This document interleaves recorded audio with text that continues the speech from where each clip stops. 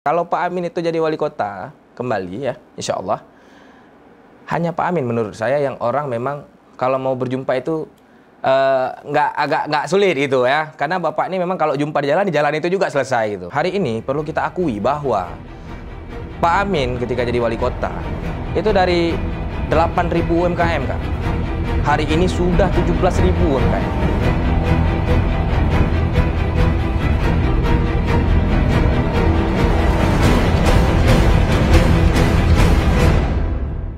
Assalamualaikum warahmatullahi wabarakatuh. Rekan PTM merumpolom dengan lentuan Indah Rastikasari. Kali ini di episode ke-24 tahun kelima edisi Senin 11 November 2024. Masih kami tunggu pastinya komen, like, subscribe dan juga share untuk semuanya.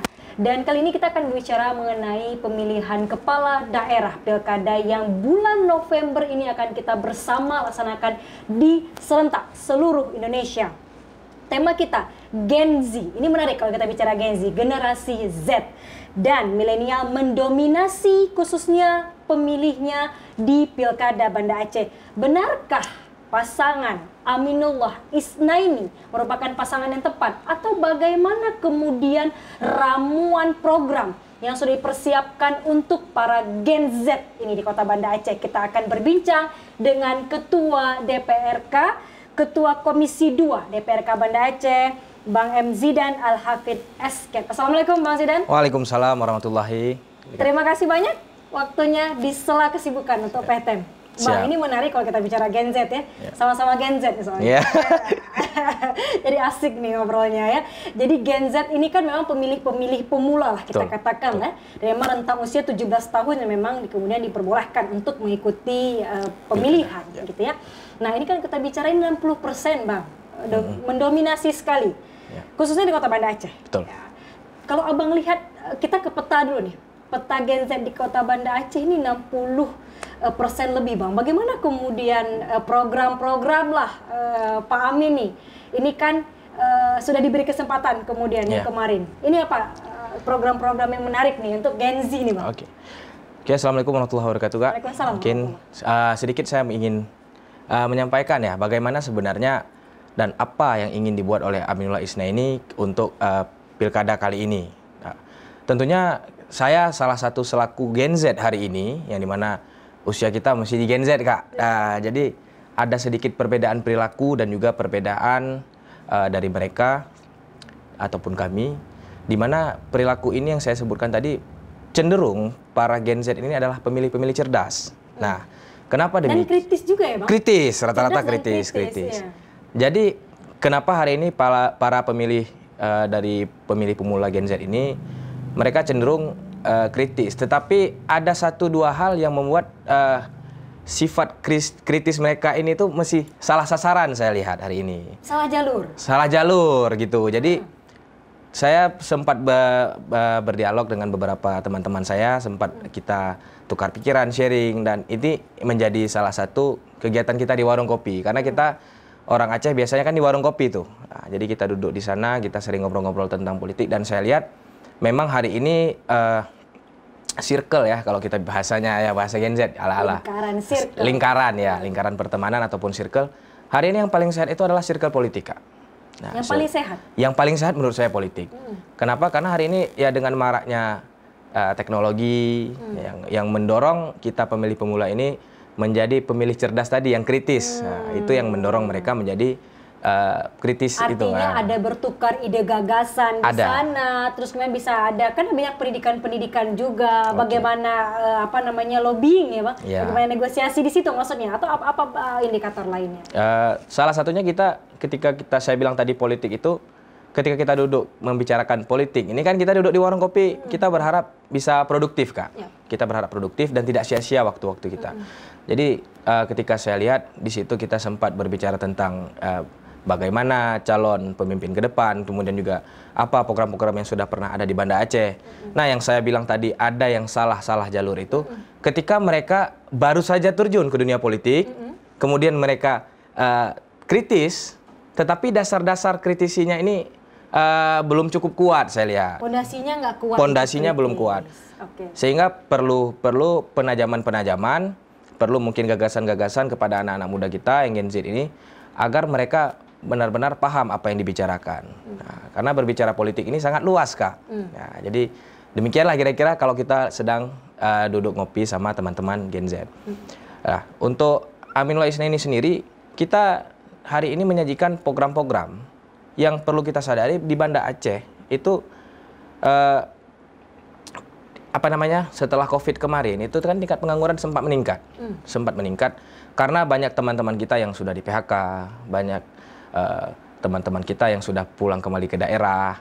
Jadi sehingga di dalam pengangguran itu, pengangguran ini kan termasuk Gen Z tadinya. Nah, karena kenapa kita masih orang-orang baru yang baru terjun ke dunia kerja. Sehingga kami berharap Paslon Amin ini nantinya menciptakan lapangan-lapangan kerja baru kepada anak-anak muda yang ada di Kota Banda Aceh. Nah, karena kita harus tahu terlebih dahulu bahwa lapangan kerja hari ini bukan hanya terbatas dari PNS, karyawan. Iya, tidak hanya PNS, bukan hanya karyawan.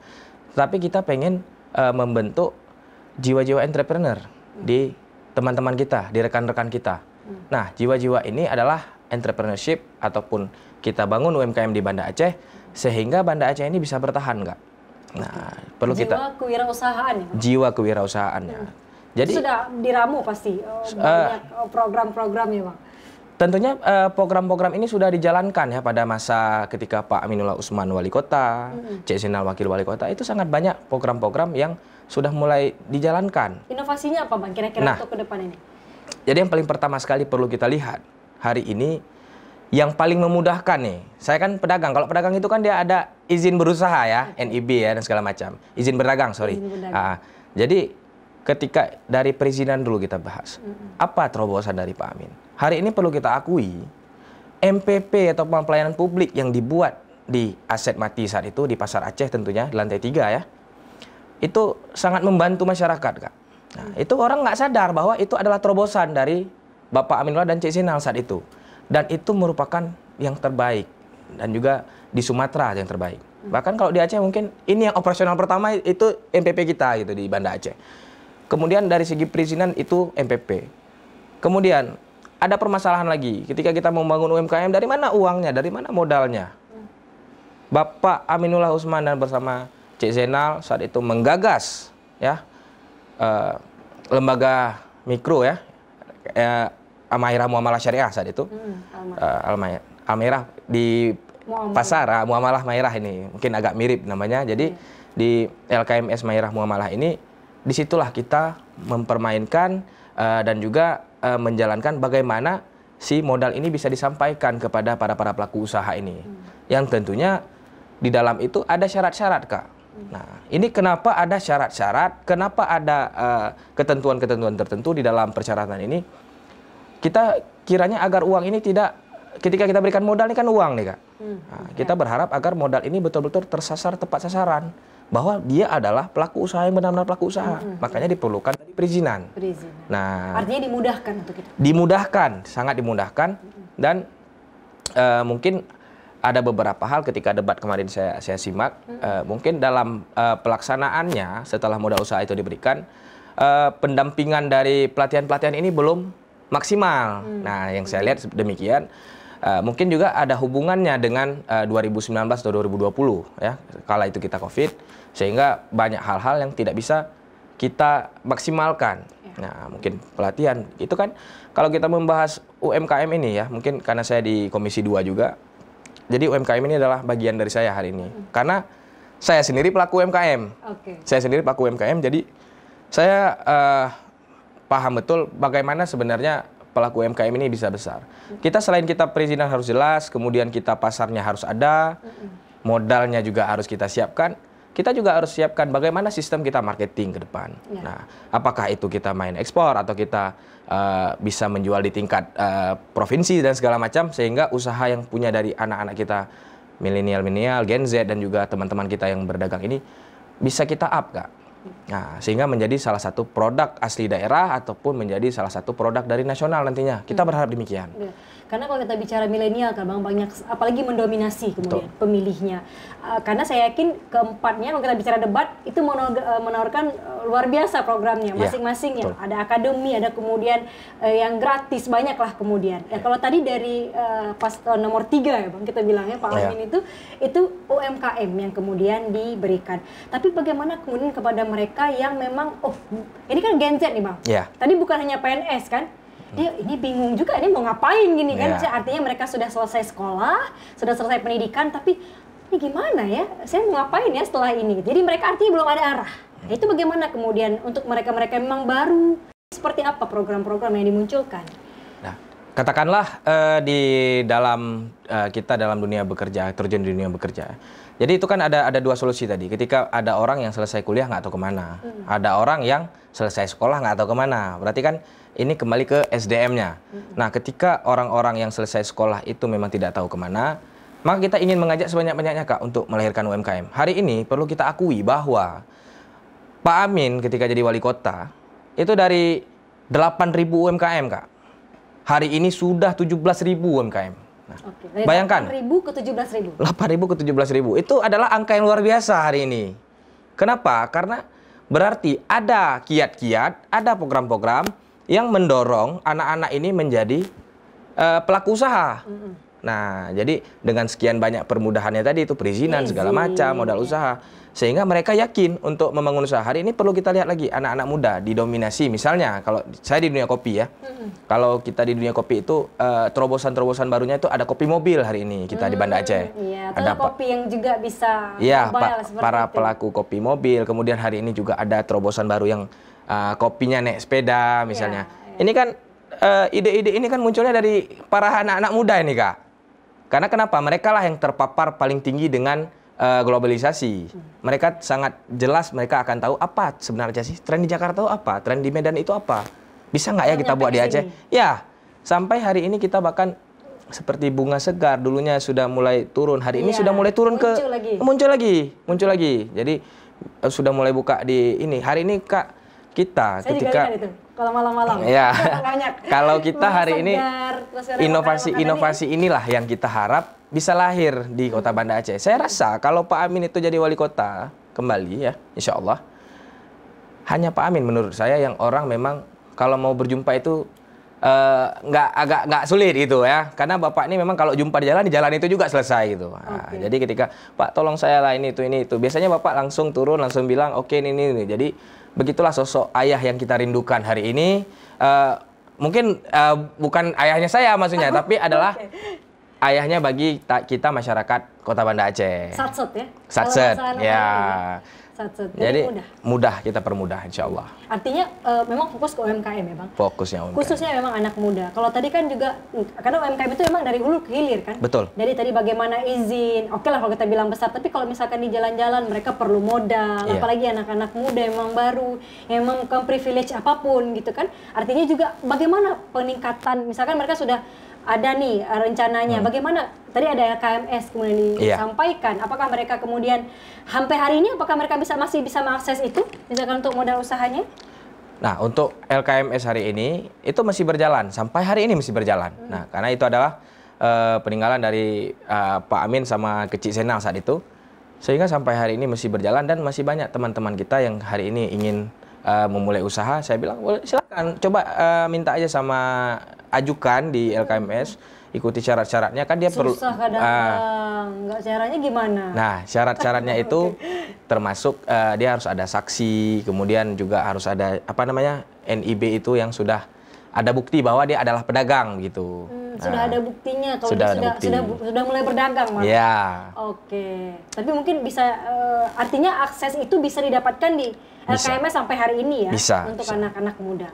Hanya gini Bang, kalau kita bicara anak muda ini kan dari beragam latar belakang kan, tidak semua mereka paham politik. Tidak semua mereka mendapatkan akses informasi langsung. Di informasi yang benar-benar valid lah, informasi yang benar-benar betul seperti itu.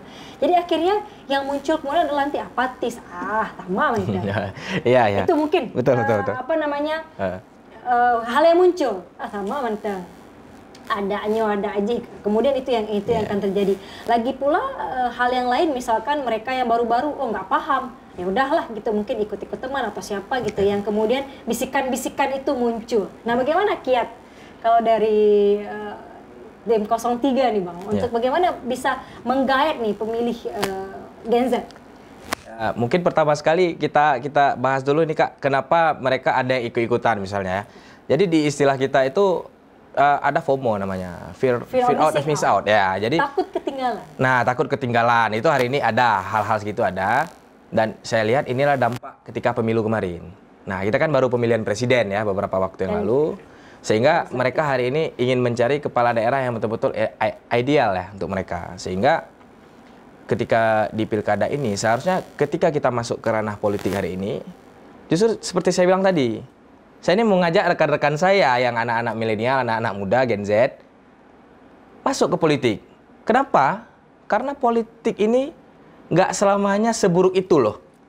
Jadi nggak seburuk yang kita kira. Ketika kita berpikir, ketika kita menggunakan pikiran kita, dan kita meninggalkan apatis-apatis itu, kita bisa lebih daripada orang lain. Ketika kita memahami bagaimana politik, justru dari politik inilah kita memiliki jaringan. Di dalam politik inilah kita memiliki rekan-rekan nantinya.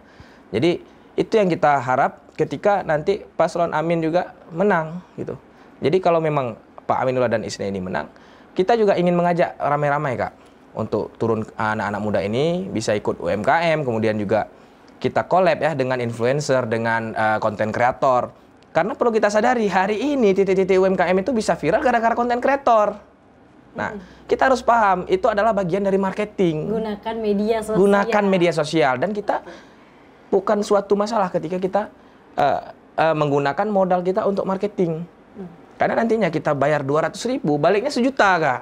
Nah, jadi ada dampak. Ya? Nah, kami berharap Pak Amin ini dan Mbak Isna ini sudah bisa memperhatikan nih anak-anak muda nih, UMKM, kemudian ada mungkin kita seperti kawasan Penayung yang nantinya Pak Amin bilang mau dibuat sebagai tempat kuliner misalnya di situ. Kita buat tabuh tempuinan. Tabuh tempuinan sehingga Inan anak-anak yang tari budaya juga bisa latihan di sana, menjadi pusat kreativitasnya lah istilahnya. Jadi sehingga di mana Bang rencananya? Misalnya salah satu di kawasan Penayung. Oh, Penayung. Misalnya Penayung kan itu bagus tuh ya di pinggir tuh Kak, karena kebetulan saya sering lewat di situ. Jadi saya lihat ini potensinya luar biasa Kak. Jadi dari bangunannya ada panggung di tengah itu, panggung kecil itu. Jadi itu potensinya luar biasa. Apabila kita lakukan hal-hal demikian, kita manfaatkan untuk menjadi creative hub juga boleh ya, ataupun sebagai wadah memang. Hari ini kita kan ada yang bilang kita kurang hiburan nih. Nah, ya kan ada yang bilang kurang hiburan, kurang piknik lah istilahnya. Jadi ketika ada konser 1-2 orang rame kali, misalnya ada acara di Belang Padang orang heboh. Tapi jangan salah, itulah bentuk-bentuk kita mendukung bahwa hari ini tuh kita juga perlu hiburan gitu Kak. Sehingga saya rasa di titik Penayung seperti itu bisa kita manfaatkan Kak untuk kita tingkatkan PAD yang paling pertama, kemudian yang kedua menjadi aset yang tidak slip istilahnya. Nah, jadi kita hidupkan lah maksudnya kan. Jadi bisa kita hidupkan, kita manfaatkan UMKM untuk turun di sana, kita libatkan UMKM besar 1 atau 2 untuk memancing. Nah, jadi baru kita viralkan. Nah, jadi hal-hal demikian yang harus kita berkolaborasi. Jadi sehingga konten kreator bisa mencari makan, kemudian juga anak-anak semuanya terserap. Ya. Oke, artinya tadi kalau kita balik, mari berpolitik. Itu mari kan berpolitik. maksudnya Iya, betul. Mari berpolitik untuk anak-anak muda khususnya. Jadi kalau tadi kita bilang kata-kata apatis atau kekhawatiran atau ketakutan itu tidak perlu harusnya tidak ya. Perlu. Cuman ini gini Bang, kalau kita lihat hari ini kan ruang kita warung kopi. Iya. Ruang anak muda warung kopi. Betul. Nah ini kan banyak kemudian dimanfaatkan dengan beragam hal kan. Betul. Kalau hari ini kita lihat ya macam-macam lah. Semua orang punya. Ada zikir di situ ya di warung kopi, banyak lah. Banyak hal. Ada kemudian main judi online juga di situ. Yeah. Jadi maksudnya ya beragam hal kemudian yang akhirnya karena itu ruang kita. Ruang hari ini kan Banda Aceh warung kopi. Jadi banyak lah berbagai macam aktivitas. Nah apakah kemudian ini juga dimanfaatkan? Artinya kan ruang-ruang ini bisa dimanfaatkan artinya untuk anak muda untuk bisa sharing. Artinya untuk agar mereka bisa, kalau tadi kita balik ke politik, mereka juga bisa mendapatkan hal yang sama tentang pemahaman politik itu. Ya, warung kopi ini kan seperti saya sebutkan tadi, ini sudah mendarah daging dengan kita masyarakat Aceh. Jadi kita kadang rapat di warung kopi. Auronya naya main HP di warung kopi. Main game istilah haji. Nah, lagi benar kakak pegah. Malai-malai Lun lagenya karena saya karena saya hari ini saya ini orang nomor 1 kalau masalah judi saya sangat marah sama orang main judi. Tapi itu yang terjadi ya? Tapi itu yang terjadi masyarakat kita hari ini. Apa yang diharap dengan judi? Apakah akan semakin kaya? Menurut saya jarang ada orang yang kaya dari judi. Mungkin ada, tapi tidak sebanyak itu loh. Nah, apakah kamu pilihan misalnya? Itu kan tidak tentu dalam judol. Jadi saya sangat membenci judol itu.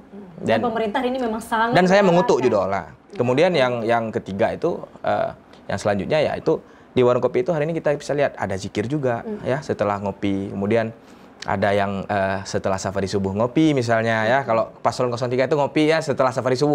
Nah, jadi ini warung kopi mana lagi nih? Mungkin bisa bertukar pikiran dengan anak-anak muda, mungkin ada jadwalnya bisa jadi.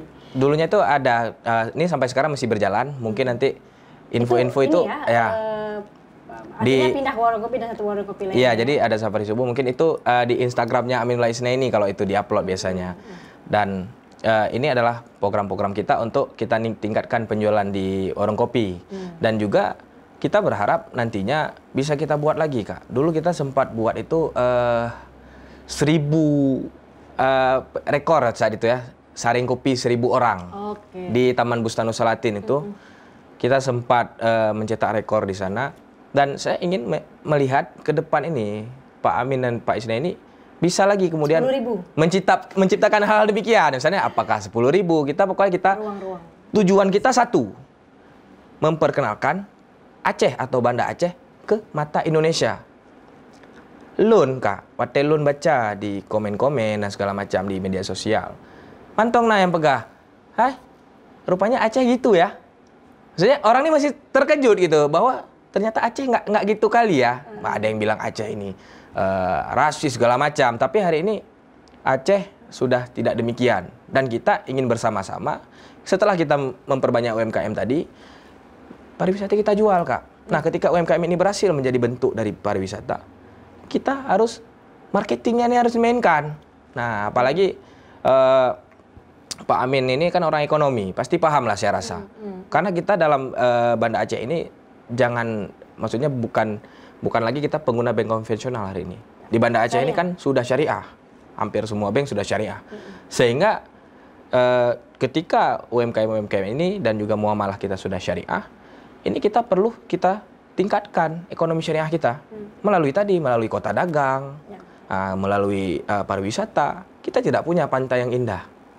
Tapi kita punya titik wisata-wisata. Kita punya warung kopi yang hebat hari ini. Itu yang kita manfaatkan, Kak. Itu yang kami harapkan. Pantai kita indah. Kayak nama saya. Ya. Ya, artinya kita punya banyak ruang lah. Betul. Dan warung kopi salah satunya yang kita bisa manfaatkan. Kalau tadi kita balik ke UMKM kan, karena memang tadi anak-anak muda ini yang mendominasi, kemudian dapat ruang lah, Bang. Iya. Karena kan anak muda ini senang untuk berdiskusi. Betul. Senang untuk didengar aspirasinya atau keinginannya, gitu juga ya, Bang? Betul. Yang dirasa ya. Jadi mungkin sedikit saya tambahkan sebenarnya. Mungkin publikasi Pak Amin, kedekatan Pak Amin dengan anak muda ini tidak terlihat mungkin. Tapi saya yakin kalau ketika ada anak-anak muda yang berbicara langsung sama Bapak, dan saya berkali-kali saya bilang, ada orang, Assalamualaikum Bang, mau jumpa sama Bapak, misalnya saya bilang boleh jumpa aja terus. Maksudnya saya dorong mereka untuk kalian tuh, coba kalian jumpa dulu sama Pak Amin nih. Sampaikan gitu. langsung. Nah, sampaikan langsung ketika mereka sampaikan langsung. Begitu mudahnya Bapak itu bisa bergaul sama anak-anak muda ini, Kak. Jadi ketika ada sekat ya, Bang? Saya lihat Pak Amin dan Pak Isnaini ini walaupun mereka senior, tapi ketika mereka berorganisasi, ketika mereka bergaul sama yang lebih muda, mereka itu nyambung, Kak. Dan kadang-kadang anak muda ini kan, oh gini rupanya Pak Amin ya. Nah, itu yang kita berkali-kali kita lihat. Dan kita ini kan Pak Amin ini orangnya apa adanya menurut saya. Jadi beliau ini apa adanya. Ketika berbicara sama orang juga apa adanya. Inilah yang kita coba tonjolkan bahwa ketika kalian ada masalah, ketika kalian ada apa-apa, kalian tuh sebenarnya bisa langsung mengadu ke Bapak. Kemarin waktu Bapak Wali Kota atau Bapak Wakil Wali Kota itu mahasiswa-mahasiswa yang ngasih proposal segala macam itu semua dibantu dengan Bapak. Walaupun sedikit, walaupun ini tetap dibantu. Nah, ada beberapa waktu lalu juga sempat tanya kok sekarang nggak ada lagi ya bantuan-bantuan dari pemerintah kota. Sebenarnya harus kita highlight, beliau itu bantu secara pribadi terkadang. Oke. Nah, jadi bukan hanya sekedar beliau ini tunggu ada anggaran, bukan juga. Tapi beliau memang keinginan beliau ini untuk gimana caranya anak-anak muda di Banda Aceh ini bisa lebih dari kami semua nih yang tua-tua. Itu yang dia tanamkan. Dan itu sudah ditanam kepada saya. Hari ini umur saya 24, saya sudah berhasil masuk ke DPR. Ini sejarah ketularan. Karena guru saya langsung dengan Pak Amin.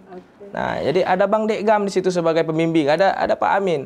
Hari ini ilmu-ilmu itu diturunkan kepada saya sehingga saya manfaatkan hari ini dan saya turun.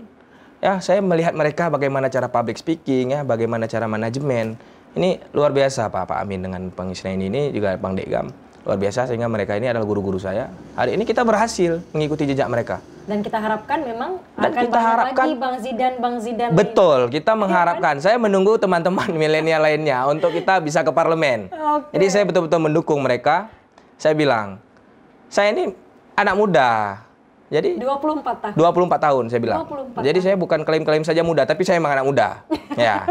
Jadi maksudnya ketika nanti ada hal-hal yang kalian ingin sampaikan, bilang sama saya bilang. Nggak ada sekat juga ya, Bang? Nggak ada sekat. Saya nggak ada Yakin sekat. ya? Janji Yakin, janji. Oke, siap. Jadi kita langsung kita sampaikan. Walaupun Pak Amin wali kota nanti, kalau nanti Pak Amin susah dijumpai, biar saya ini depan, saya bilang. Ketua Komisi 2 Siap, DPRK dengan janjinya tidak ada sekat untuk anak muda Gen Z Banda Aceh. Betul.